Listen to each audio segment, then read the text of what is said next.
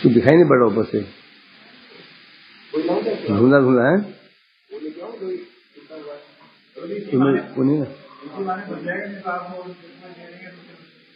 अच्छा, तुम्हें देर होगा भी क्या?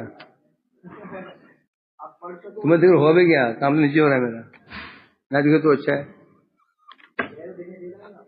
नहीं दिखाएगा, कोई भूत जैसा धुंधला धुंधला। श्री श्री बृहद भागवतामृतम में श्रवण कर रहे हैं।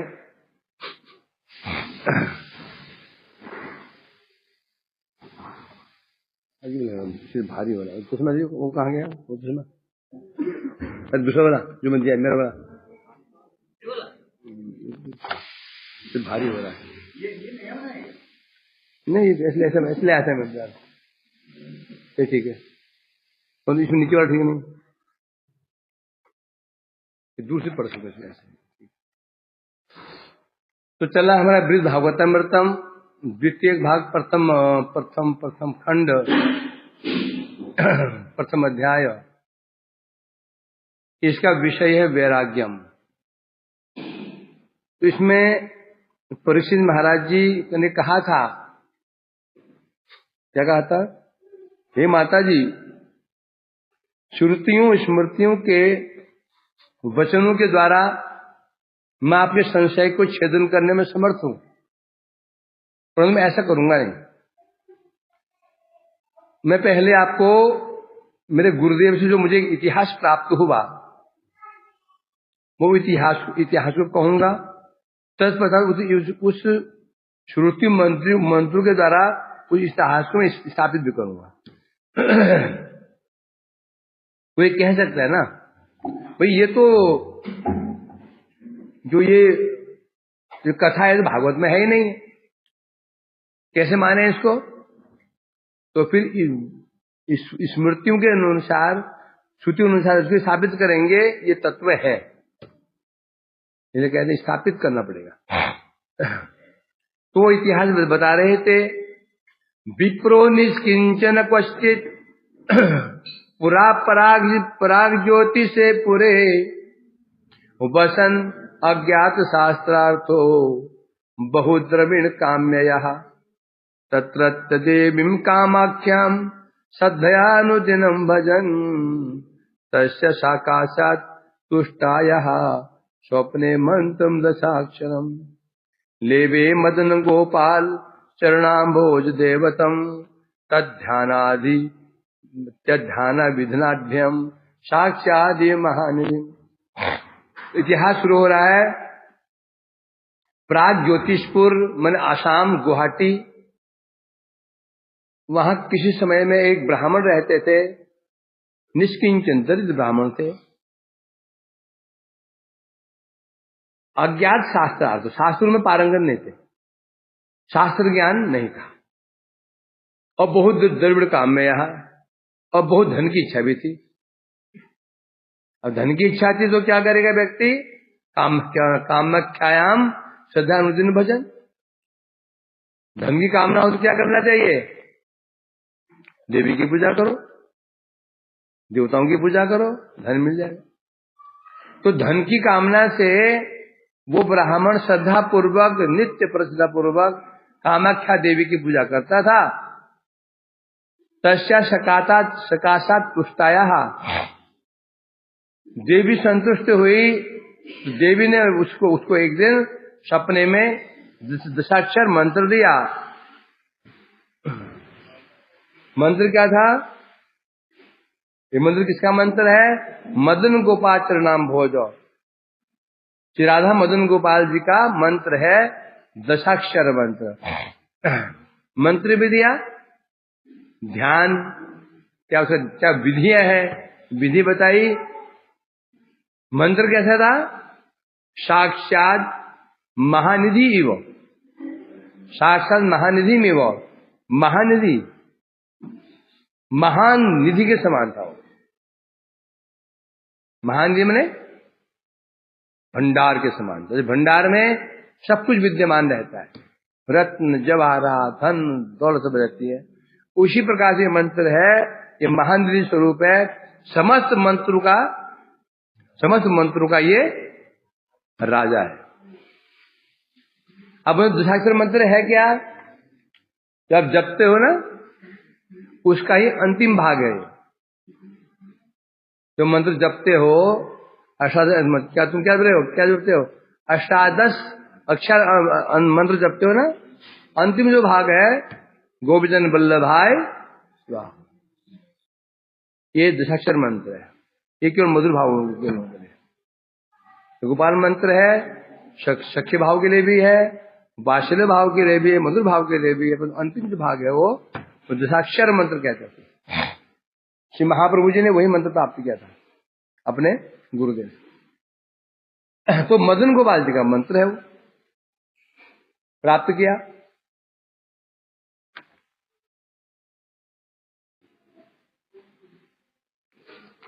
और क्या बताया इसमें, टीका पढ़ते हैं। मंत्र कैसे साक्षात महानिधि स्वरूप है। देवी ने ब्राह्मण को मंत्र दिया ही दिया, साथ में मंत्र सहित मंत्र का ध्यान, न्यास, पूजा की विधि, उपदेश का उपदेश दिया।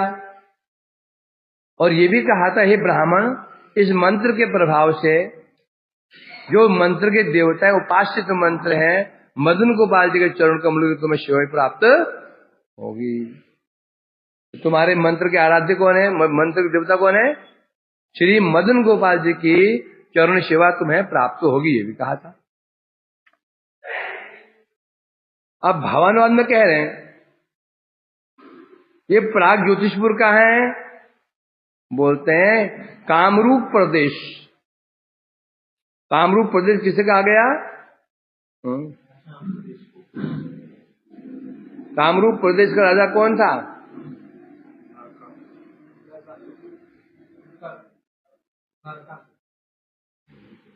होलिका जो थे ना, सिंगिका का जो पति था वो कामरूप नरेश था।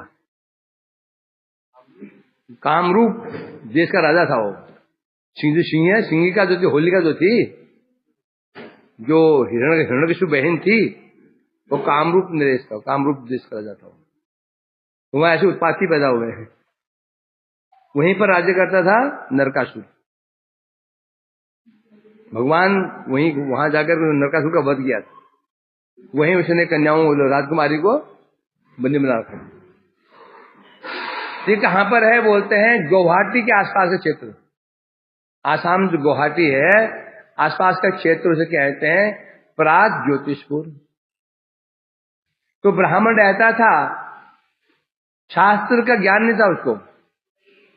अब ब्राह्मण शास्त्र ज्ञान क्यों नहीं होगा, ब्राह्मण तो पाठ करता है, ब्राह्मण तो पाठ करता है ना, तो पाठ करता है तो उसे शास्त्र ज्ञान क्यों नहीं होगा। पाठ तो करता है, अर्थ ज्ञान नहीं है। ब्राह्मण तो पाठ करते हैं ना, पूजा पाठ नहीं करते क्या, उन्हें मंत्र नहीं पढ़ते क्या, कुछ भी करा लो, विष्णु पूजा करा लो, विष्णु पूजा भी करेंगे वो, देव पूजा भी कर लेते हैं वो, विष्णु पूजा भी करते हैं वो। जब विष्णु पूजा कर रहे हैं तो देव पूजा, फिर वो देवता पूजा कैसे कर सकते हैं। इसका मतलब विष्णु पूजा का अर्थ वो समझे ही नहीं। जो विष्णु पूजा कर रहे हैं वो जो मंत्र हैं उनका अर्थ समझा ही नहीं। एक बार मंत्र अर्थ समझ गया, गोपाल मंत्र का अर्थ समझ गया, तो ये मंत्र समझ गया, फिर वो देव पूजा कैसे कर सकते हैं। कैसे बताए, शास्त्र पढ़ता था वो, परंतु क्या बताया यहाँ पर श्लोक में आया था, अज्ञात शास्त्र अर्थ हो, अज्ञात शास्त्र अर्थ हो। शास्त्र पढ़ता ही था वो, परंतु शास्त्र अर्थ क्या है, भाव, वो सार नहीं जानता था। वर्तमान में जो बड़े बड़े वक्ता है, शास्त्र पढ़ते हैं, पाठ करते हैं, सार क्या है ये नहीं जानते हैं। इसलिए कहते हैं वो धन की कामना से प्रतिष्ठापूर्वक देवी की पूजा करता था। वहां देवी विद्यमान थी। बड़ी बड़ी कहानियां प्रसिद्ध है कामाख्या देवी की। लोग पहले वहां जाने से डरते थे, हैं? वहां काला जादू पर से बोलते, वहां कोई जाए तो आसपास के लोग उसको बकरी बना देते हैं, वहां की लड़कियां स्त्रियां जो कोई जाता है ना दर्शन करने के लिए, मतलब वहां की स्त्रियां उस व्यक्ति को बकरी बना के बिल्ली बना के साथ घूमती रहती हैं, बांध लेती हैं, फिर भोग करती हैं, फिर बिल्ली बना देते हैं। ऐसे लोग कहानियां प्रसिद्ध वहां की। कोई दर्शन करने के लिए गया, कोई सुंदर लगा गया, वहां की औरतों ने उसको मंत्र से बिल्ली बना दी है, बकरी घर बांध दिया तो ऐसा कहानी है ये। किंग वदंती, किंवदंती क्या होता है? किसी ने कहा है, किसी ने कहा है, किंवदंती किसी ने कहा है। अब वो सही है कि नहीं है वो जाने। तो देवी उसमें संतुष्ट हो गई और संतुष्ट होकर सपने में मंत्र प्रदान किया। मंत्र दशाक्षर गोपाल मंत्र, हमारा अष्टादशाक्षर गोपाल मंत्र, दशाक्षर मंत्र। मंत्र के देवता कौन है? मदन गोपाल। ये समस्त मंत्रों का साक्षात स्वरूप है, सार स्वरूप है। देवी ने मंत्र दिया, ये तो हो चुका था ना। तो वो ब्राह्मण कैसा बता रहे हैं, 3 श्लोक बता रहे हैं इतिहास। ब्राह्मण था दरिद्र, शास्त्रों का अर्थ ज्ञान नहीं था, मतलब शास्त्र का ज्ञान था, शास्त्र पढ़ता था, मंत्र रटे भी हुए थे, परंतु शास्त्र का सार क्या है, अर्थ क्या है, ये नहीं जानता था। शास्त्र पढ़ता है, घर से पूजा पाठ भी करता है, परंतु मंत्र का अर्थ, शास्त्र का अर्थ क्या है, शास्त्र का सार क्या है, इसको नहीं जानता था, इसलिए मूर्ख था। है? जब शास्त्र का अर्थ ही नहीं जानता था तो आचरण कैसे करेगा? पहले हम शास्त्र का अर्थ जानेंगे, फिर आचरण करेंगे। है? इसलिए यहां बता रहे हैं उस मंत्र जो मंत्र था उसके प्रभाव को यहां वो जो मंत्र था वो मंत्र का कैसे प्रभाव है दिखा रहे हैं। उस महामूर्ख जो ब्राह्मण, जो महामूर्ख जो ब्राह्मण था, तो उसका सब मनोरथ पूर्ण होने से देवी ने उसको मंत्र अब क्या हुआ, मंत्र का प्रभाव कैसे दिखाई दे रहा है? देवी ने जो मंत्र दिया, मंत्र देते ही सारे मनोरथ पूर्ण हो गए।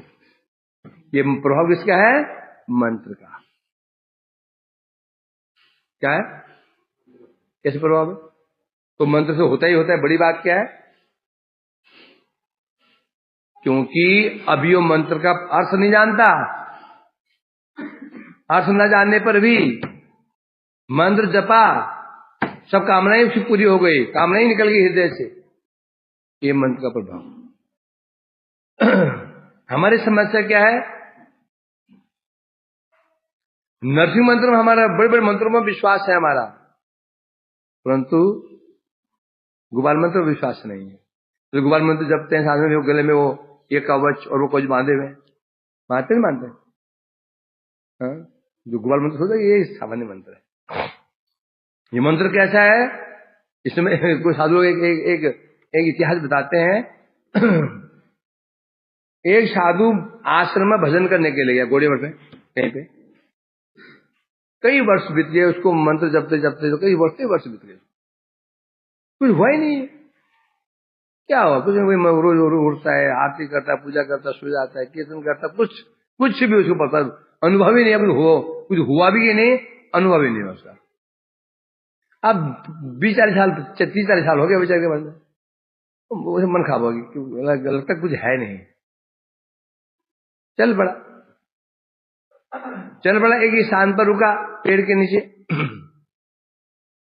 उसके ऊपर लकड़हारा लकड़ी काट रहा था, कुल्हाड़ी नीचे गिर गई। उसने कहा भैया ये नीचे कुल्हाड़ी पकड़ा दो मेरे को। वो बोला मुझे पेड़ पर चलना नहीं आता। बस ऊपर कर दो। बस ऊपर किया तो ऊपर, बहुत ऊपर पेड़ में आदमी था, नीचे हाथ बढ़ाया, हाथ बड़ा होता होता लंबा हो गया, वो नीचे कुल्हाड़ी पकड़ ले ली, इतना लंबा हाथ। बड़ा आश्चर्य दिया उसको, नीचे उतरा, पैर पकड़ ले। ये बताओ, ये आपको ये कैसे हो गया? आप में भूत प्रेत तो नहीं हो? लंबा लंबा हाथ कैसे हो गया आपका? अरे नहीं नहीं, मैंने मंत्र सिद्धि की है, मेरी मंत्र सिद्धि है, ये मंत्र का प्रभाव है। तो बोला मैं तो कितने सारे मंत्र मंत्र जब मेरा कुछ हुआ ही नहीं, आप कोई मंत्र जपते हो? ये मंत्र बोल दिया उसको, ऐसे कोई तंत्र मंत्र। बोला मुझे भी मंत्र सिखा दीजिए कुछ, मैं भी कुछ सिद्धि कर लूं।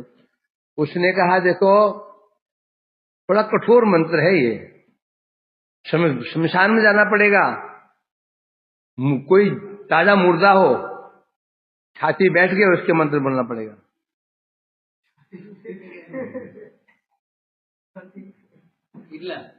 नहीं, पत्नी पत्नी के साथ में।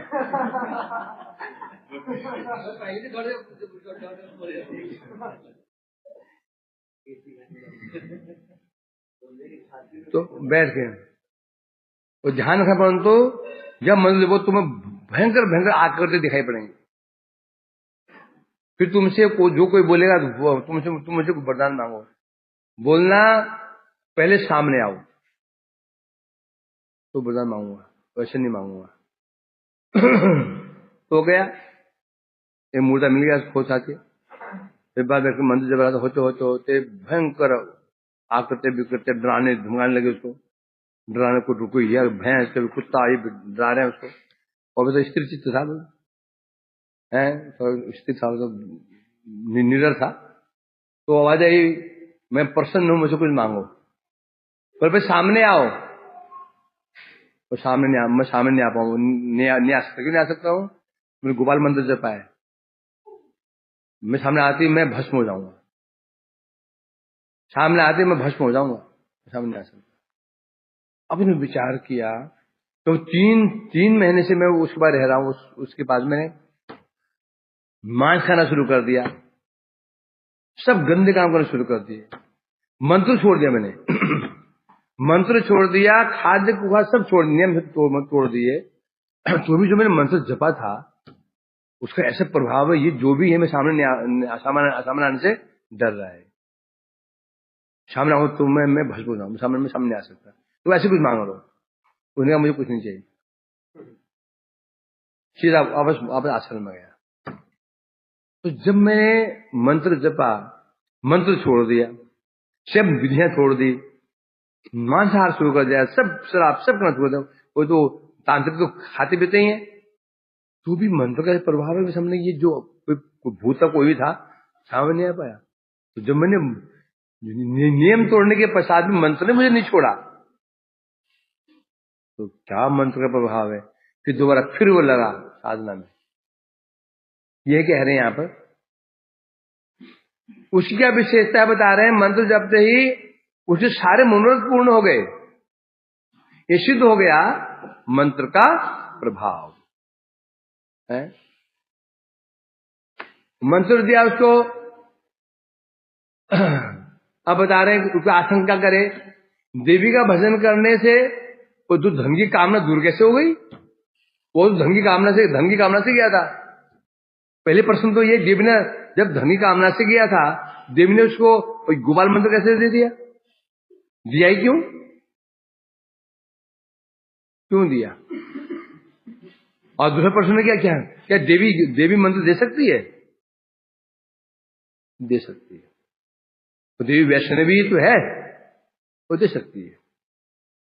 कि निष्कपट होकर यदि कोई भगवान का भजन करता है, देवता को भजन करता है, देखे भी देवता प्रसन्न होकर उसको भगवान की ओर मोड़ देते हैं। अनेक प्रमाण से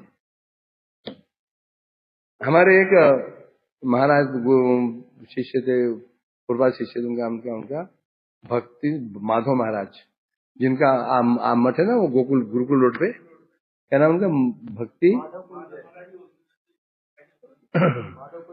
हाँ, तो वो पहले बंगाल के काली के भक्त थे, काली के। उनके शिष्य काली के भक्त थे। एक दिन काली देवी प्रकट हो गई, बोले बस मांगो, क्या मांगना है? बोले माँ मुझे कुछ नहीं चाहिए, जिसमें मेरा कल्याण हो मेरे को दे दो। उन्हें पुत्र तुम वृंदावन जाओ, तुम्हारे गुरु वहां विराजमान है, भक्ति सारंग नाम है उनका, उनसे मंत्र लो। तुम कृष्ण भजन करो, और उनको भी मैं आदेश दे दूंगी। तो वहां से यहाँ आए इंद्रतला में ही, तो पूर्वादि शिष्य भक्ति सारंग गोस्वामी महाराज, तो उनके पास आए, उन्होंने उनको मंत्र दिया। ऐसे क्या सुनने आता है, उनके केशों में सांप रहता था, सांप रहता था केशों में, बड़े केश उनकी जटाएं थी। जब मुंडन होगा जमुना पार पड़ा है सांप। जब यहाँ रहते थे तो है ना, नौजुल कई स्थान है यहाँ पे, तो यहाँ पर ऐसे ऐसे प्रचार हुआ, यहाँ कोई बहुत बड़ा खजाना है कहीं पे, कई लोग गए उस खजाने में, कोई वहां जा ही नहीं पाए कोई। तो कई बार कोई उनके पास आए, महाराज कुछ कृपा करो, हम जाना उधर, उनको लेकर के गए।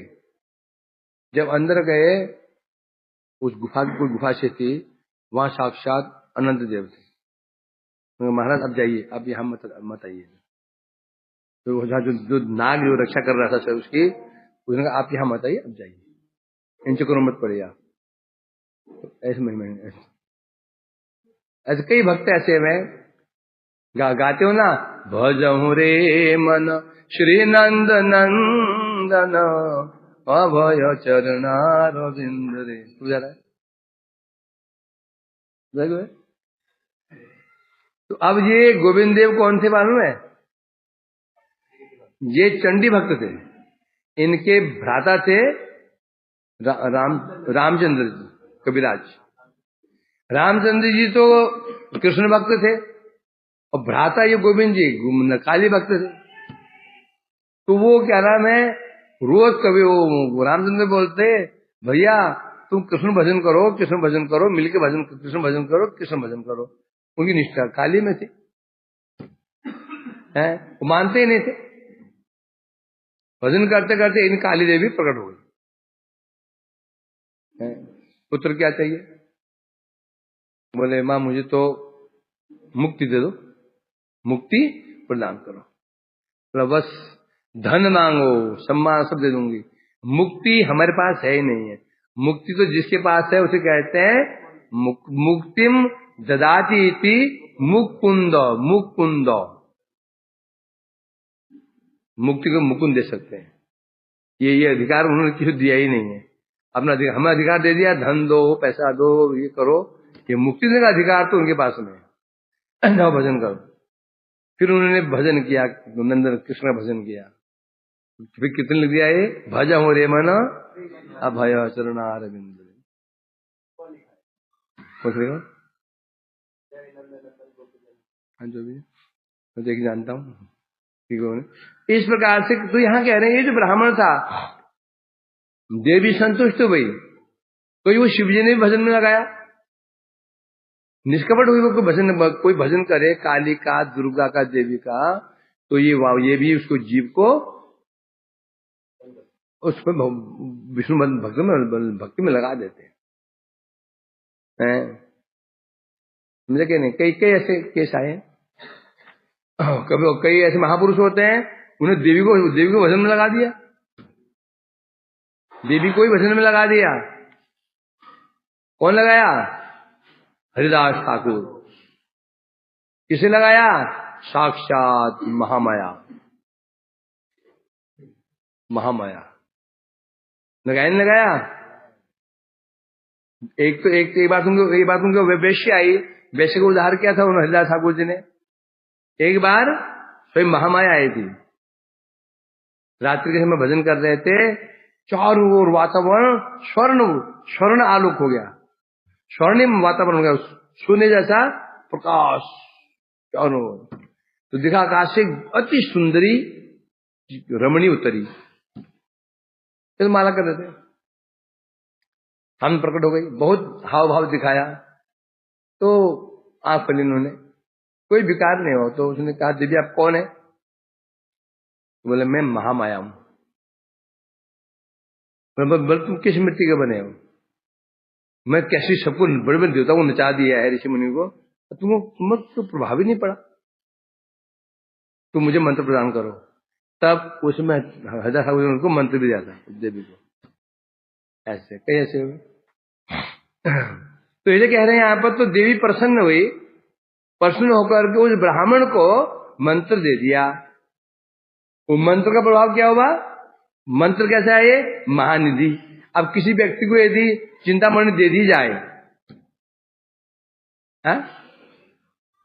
एक व्यक्ति की इच्छा थी, तपस्या करने के लिए गया, मुझे 2 किलो सोना मिल जाए, 2 किलो चांदी मिल जाए, 10 किलो हीरे जवाहर मिल जाए।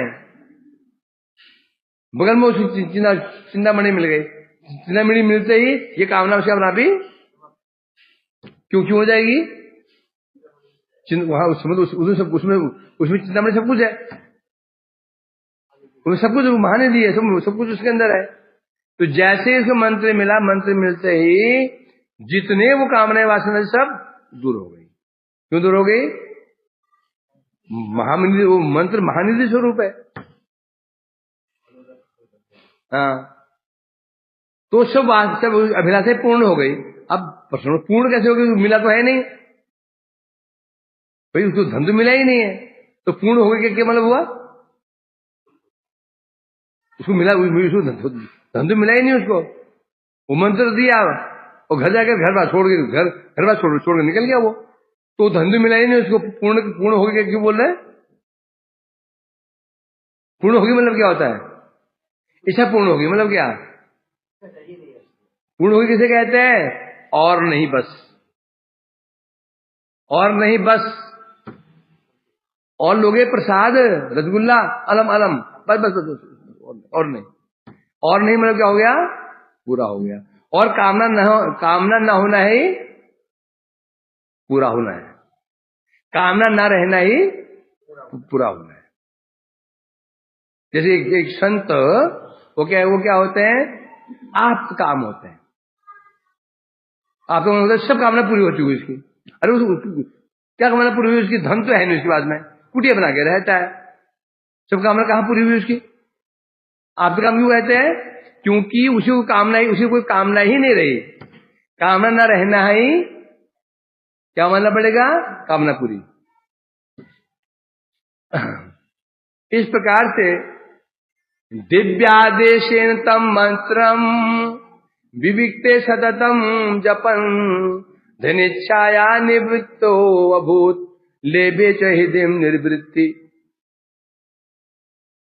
विपादेशेन तम मंत्र विविक्ते सततम जपन धनिच्छाया निवृत्तो अभूत लेबे च हृदय निर्वृत्तिम। दिव्य आदेशेन, देवी के आदेश से वह ब्राह्मण विविक्ते सततम जपन क्या करने लगा? वो निर्जन में, विविक्ते सततम, निर्जन में बैठ करके निरंतर उस मंत्र का जप करने लगा है। उससे क्या होगा? धनिच्छाया निवृत्तो अभूत। जो धन की इच्छा थी निवृत्त हो गई। निवृत्त क्या? दूर हो गई। लेबे हृदय निर्वृत्ति, धन की इच्छा निवृत्त हो गई और हृदय में निर्वृत्ति आ गई। निवृत्ति निर्वृत्ति क्यों? रेप का अंतर है। निवृत्ति मने दूर हो जाना, निर्वृत्ति मने होता है आनंद प्राप्त होना। अब मंत्र जपते जपते जपते जपते निवृत्तो अभूत निवृत्तो धनिच्छाया, धन की इच्छा दूर हो गई। अभूत निवृत्ति हृदय चा, हृदय में अति अद्भुत आनंद की प्राप्ति हो गई। अर्थात हृदय क्या हो गया? उसका शांत भी हो गया और आनंद की प्राप्ति भी हो गई।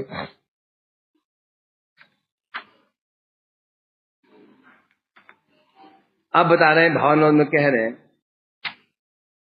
ब्राह्मण ने स्वप्न में मंत्र प्राप्त किया था। पहले तो उसने इसको भ्रम माना। क्या माना? ये मेरा भ्रम है, ये मेरा भ्रम है। ऐसा भ्रम में सपने में हम क्या कुछ नहीं क्या क्यों देख लेते हैं। भ्रम मान करके पहले उसमें प्रवृत्त हुआ ही नहीं, प्रवृत्त नहीं हुआ। फिर देवी ने पुनः मंत्र जब का आदेश दिया, दोबारा आदेश दिया उसको, तब फिर दोबारा मंत्र जपा उसने है। वस्तुतत्व अनिभिज्ञान्यत् सकिंचित पारलौकिकम साधनम किल साध्यं च वर्तमानम अमन्यत।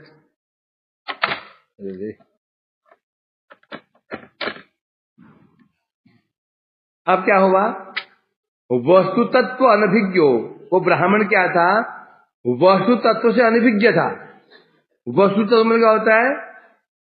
वस्तु है क्या, असल वस्तु क्या है, मूल वस्तु क्या है, मूल तत्व क्या है, इसे सर्वथा अनभिज्ञ था। और वो सोचने लगा मंत्र के अलावा कोई दूसरे पारलौकिक साधन वर्तमान है। वो सोच रहा है जो ये मंत्र है ना, ये मंत्र है, इसके अलावा भी कुछ दूसरा साधनम और कुछ साधन कुछ अलग भी कुछ साधन है मंत्र के अलावा। ये सोचा हो मन।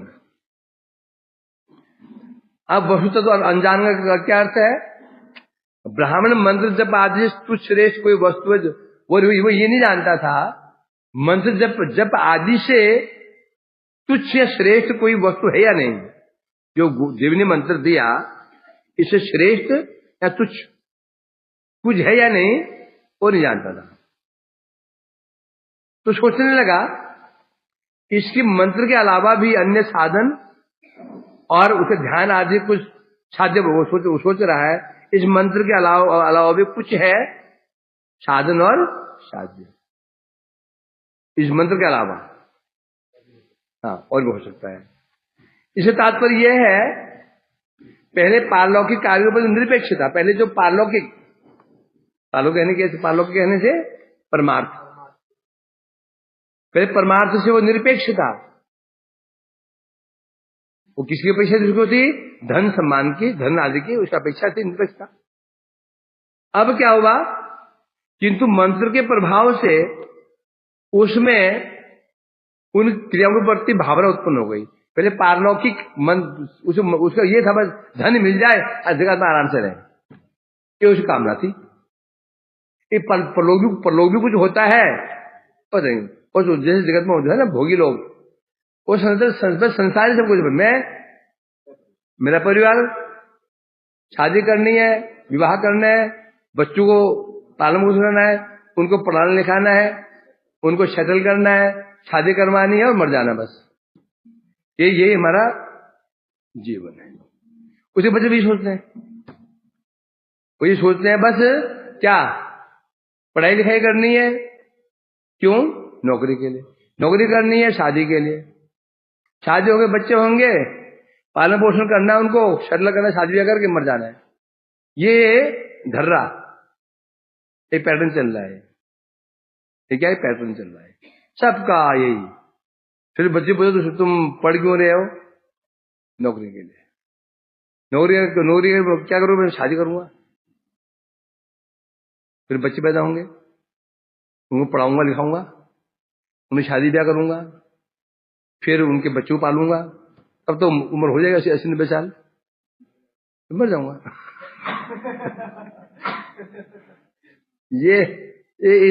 ये चला रहा है पीढ़ी दर पीढ़ी।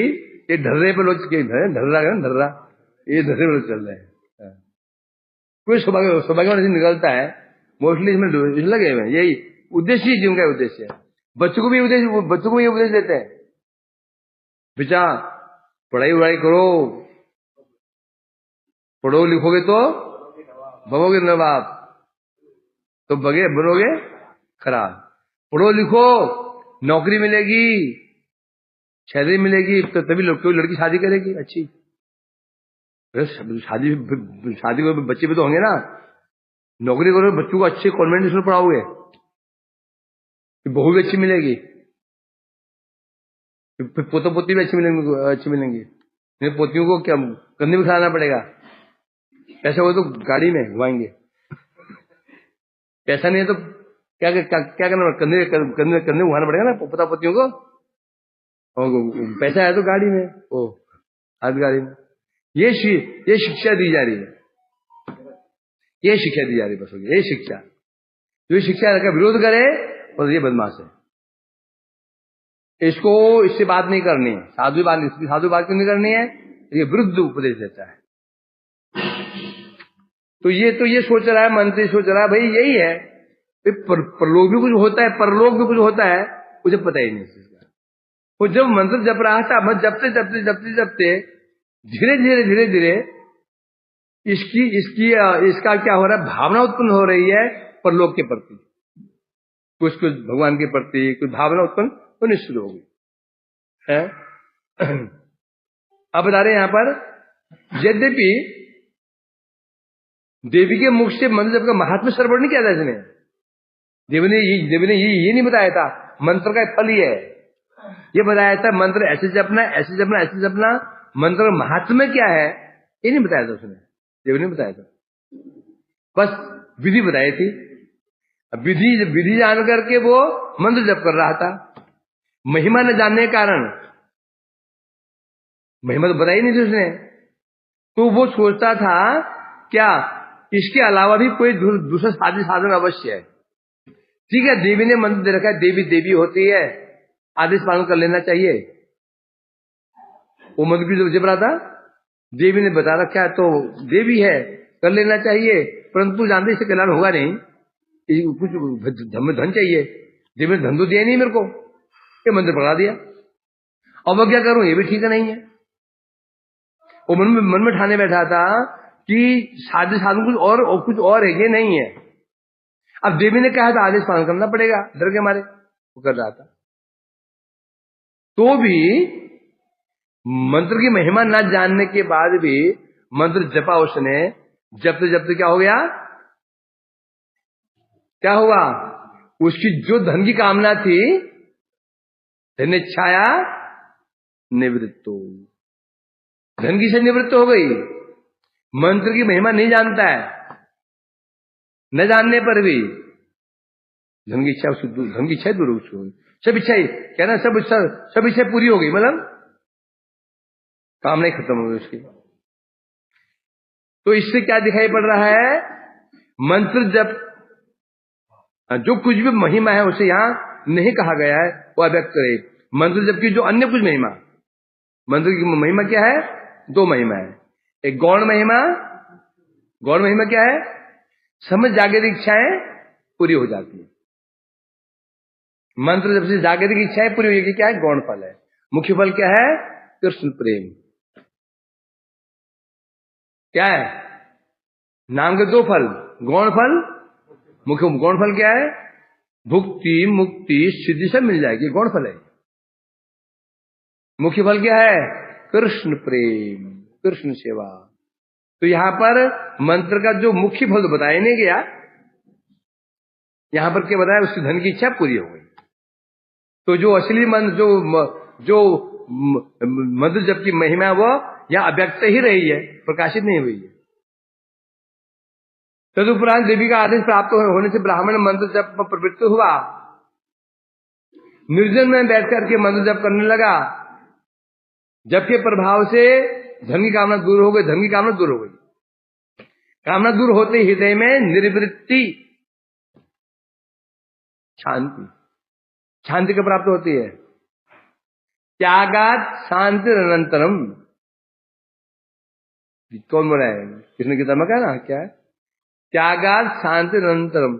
शांति कैसे मिलती है, त्याग से ही शांति मिलती है, त्याग से ही शांति मिलती है। हमारा तिरंगा है ना, तिरंगा रंग, उसमें ऊपर कौन सा है, केसरिया, किसका प्रतीक है, त्याग का। सफेद किसका है, शांति का। त्याग से शांति, नीचे हरा किसका, खुशहाली का। त्याग से शांति, खुशहाली से प्रगति का। ये मंत्र से पैसे, त्याग है तो शांति है, शांति है तो खुशहाली है, खुशहाली तो देश प्रगति भी चलेगा, है कि नहीं है। यदि त्याग ही नहीं है, लड़ रहे आपस में, मर रहे हैं, तो आपस में क्या होगा, अशांति हो जाएगी। अशांति हो जाएगी तो खुशहाली कैसे रहेगी, वो उसको हानि पहुंचा रहा है, फॉर एग्जाम्पल, देश के सभी लोग त्यागी प्रवृत्ति के हों, कोई चोरी ना करे, कोई टैक्स चोरी ना करे, कर चोरी ना करे, आपस में त्याग की भावना हो, आपने हड़पने की चिंता नहीं हो तो सब शांति रहेगी। शांति रहेगी तो सब अपना व्यापार ढंग से करेंगे। शांति रहेगी, व्यापार करेंगे तो खुश धन संपत्ति आएगी, व्यवसाय खुलेंगे, केंद्र खुलेंगे, उससे देश दौड़ेगा। ये तो जगत में हुआ। यहां पर क्या है? त्याग। यदि हमारे त्याग प्रवृत्ति है, क्या त्याग? भोग त्याग। भोग त्याग करेंगे मन शांत होगा। शांत होगा तो क्या होगा? संपत्ति। क्या संपत्ति? साधन कर पाएंगे। साधन करेंगे तो आगे बढ़ेंगे। हमारी संपत्ति क्या है? क्या संपत्ति है? साधन ही संपत्ति है। और भोग्य वस्तु क्या है? कृष्ण प्रेम। इससे हम क्या लेते हैं? पैसे से क्या मिलता है? भोग्य वस्तु। कि नहीं हुआ? यदि हमारी त्याग की प्रवृत्ति है, त्याग मतलब क्या हो गया? स्वसुख त्याग, सुख त्याग, सुख की आशा, प्रतिष्ठा की आशा, धन की आशा त्याग देंगे तो क्या होगा? शांति कैसे रहेगी? हमारे अंदर ईर्ष्या नहीं होगी, द्वेष नहीं होगा। हमें चित्त को अशांत कौन करता है? ईर्ष्या द्वेष। यदि हमारे अंदर क्या है? त्याग की प्रवृत्ति है, त्याग मतलब स्वसुख त्याग, हम त्याग देते हैं तो आपको अपान करता है, चित्त चंचल नहीं होगा। बनाम करता है, चित्त चंचल नहीं होगा। होगा क्या? नहीं होगा तो नहीं होगा तो अपराध नहीं करेंगे। अपराध का तो चित्त शांत रहेगा। शांत रहेगा तो फिर साधन कर पाएंगे। साधन ढंग से कर पाओगे। साधन करोगे तो प्रगति मार्ग पर बढ़ोगे। अच्छा है कि नहीं है? त्याग प्रवृत्ति होनी चाहिए। त्याग है ना? पहले से वाचो वेगम, ये सब क्या है? त्यागो क्या बता रहे? त्यागो वाचो वेगम, क्रोध वेग, जिह्वा वेग, उदर वेग, उत्पस्त, ये क्या है? ये त्याग नहीं में। वाणी के वेग को त्यागो, वाचो वेग को त्यागो, मन के वेग को त्यागो, क्रोध के वेग को त्यागो, उधर त्यागो, तभी तो क्या करोगे? सबको अपना वशीभूत कर सकते हो। अत्याहार क्या है? सब ताकि प्रवृत्ति है कि नहीं? इसलिए कह रहे यहां पर। अब हुआ क्या? तो मंत्र के प्रभाव से सब कामनाएं दूर हो गई, हृदय में शांति का उदय हुआ। यद्यपि इससे पूर्व अज्ञानता के कारण ब्राह्मण पारलौकिक, उसे पता ही नहीं था पारलौकिक साधन क्या होता है। वो जानता था जागतिक साधन। जागतिक साधन क्या है? नौकरी साधन है और बच्चों का पालन पोषण साध्य है। जगत में साधन क्या लोगों ने बना रखा है? पत्नी को खुश रखना, पति को खुश रखना, बच्चों को खुश रखना, बच्चों को पढ़ाना लिखाना, स्टैंड करना, ये साध्य है। साधन क्या है? धन कमाना, चोरी से हो, डकैती से हो, छल से हो, कपट से हो, निश्चित आचार से हो। तो ये लोग यही माना कि बस साधन, ये साधन है। तो पारलौकिक साधन भी होता है तो उनको पता ही नहीं था, उसे पता ही नहीं था। तथापि मंत्र जप के प्रभाव से ना तो देवी ने बताया उसको ये मंत्र का प्रभाव क्या है, और मंत्र जप का प्रभाव, मंत्र कैसे प्रभाव है? मंत्र स्वयं ही उसके अंदर क्या कर दिया? इस प्रकार भाव को प्रकाशित कर दिया, परलौकिक भाव को प्रकाशित कर दिया। ये मंत्र कैसे सूचित हो गया? ये मंत्र सामान्य मंत्र नहीं है। कोई बोलता हमारा मंत्र मन नहीं लग रहा, क्या होगा? ये जो मुझे ये कैसे जप रहा था? मनुष्य से आता है ना, हम आनिक कर रहे हैं, मंत्र जप रहे हैं, मंत्र की ओर भागता है, कुछ होगा कि अरे जब वो ब्रह्मचारी जो मठ छोड़ के घर जा रहा था, तांत्रिक के पास रहा, मांस आदि खाना शुरू कर दिया, तो भी भूत सामने नहीं आ पा रहा। तो आचार से भ्रष्ट हो गया, विचार से भ्रष्ट हो गया, तो भी उस सामने भूत नहीं आ पा रहा है। तो हम जब प्रयत्न क्यों नहीं होगा? सबसे पहले बड़ी बात क्या होना चाहिए? निश्चयात। बड़ी समस्या हमें निश्चय ही नहीं है, विश्वास ही नहीं है। होगा कि नहीं, होगा कि नहीं, कुछ होगा भी कि नहीं, कुछ होगा भी कि नहीं, ये अंदर संशय चल रहे हैं। जब निश्चय ही नहीं तो उत्साह कहां जाएगा? हमारे अंदर हमारा उत्साह क्यों नहीं? भजन में हमारा आरती में आने में उत्साह नहीं है, कीर्तन में बैठने में उत्साह नहीं है, तक हमारे बैठता है। नाम करने में उत्साह नहीं है, आने करने में उत्साह है तो एक चीज में, मोबाइल में। खाने में भी उत्साह नहीं है। समझे, मोबाइल हाथ में आ जाए खाना भूल जाता है, ठंडा प्रसाद। तो कारण क्या है?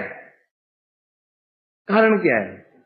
जबकि भजन करने के लिए आए हैं तो उत्साह क्यों नहीं है?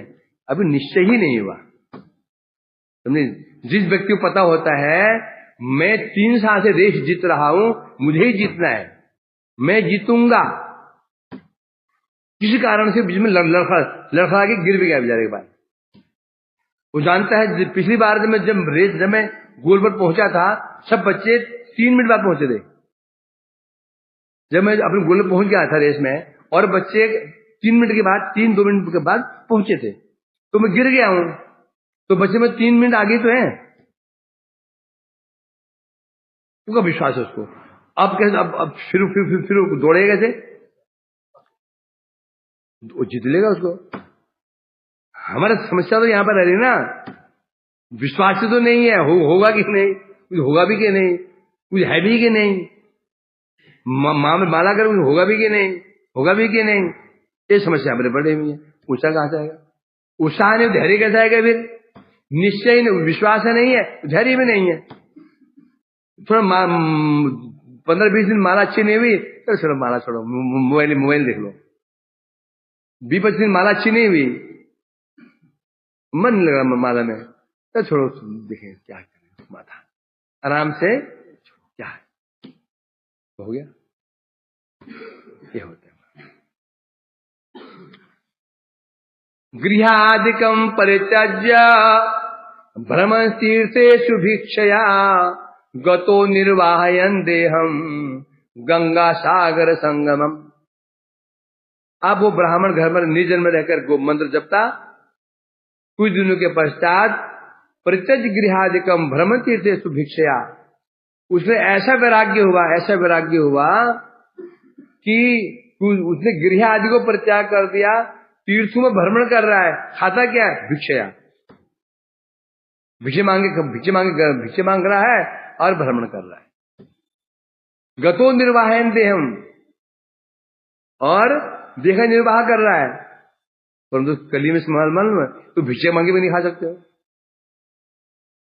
क्यों नहीं खा सकते हो? ऐसा घर नहीं है जहां प्यानो से निमल रहा है। ये बड़ी समस्या आजकल। आप ये भी नहीं कर सकते, भिक्षा भी नहीं खा सकते हो। हमारे प्रभु जी थे श्री महाराज जी के गुरु भाई सत्यानंद प्रभु, जिन्हें पूजा सिखाई थी, अब वो नहीं रहे। तो महाबन गोकुल वहां रहते थे। हम यात्रा जाती थी, सबको यात्रा जाती थी, सबको खिलाते थे, इन लोगों को खिलाते थे, 2-3 साल लोग खिलाते थे। तो वो क्या करते थे, 3-4 ब्राह्मण फैमिली थे बस, उनके घर से खाते थे बस। तो मुझे कहते थे, और एक हमारे प्रभु जी अभी रहते हैं, वो गोविंद कुंड में, मेरे साथ से संस्कृत पढ़ते थे, और मुझे कहते हैं भाई नहीं, अब वो दिन गए कि बाहर भजन करो, दिन गए। क्यों? अब देखो मेरे पास गैस सिलेंडर भी है, कढ़ाई भी है, अब क्योंकि रोटी खा जाए तो सब्जी कहां से लाओगे? ऐसे घर नहीं है ब्रजवासी यहाँ पर, प्यान लहसुन नहीं बना। अब गैस जलाओ, फिर कढ़ाई मासो, फिर सब्जी लाओ, पूरा वही संसार बन जाता है। अब भिक्षा भी नहीं चलेगा। भाई घर घर में पियानो से बन रहा है, पड़ोसी में पड़ोस में बनता है, और कहाँ से मांग खाओगे?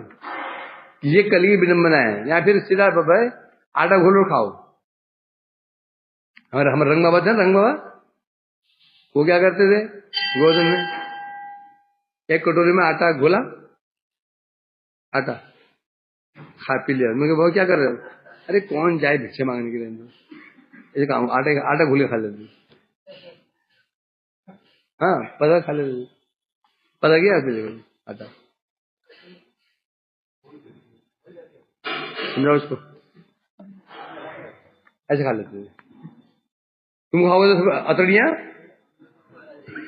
जुड़ सब जुड़ जाएंगी।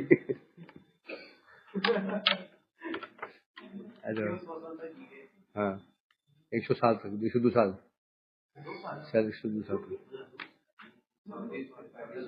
हाँ और अंत में भी कीर्तन करते बिस्तर लड़ने से, ये तो कमर से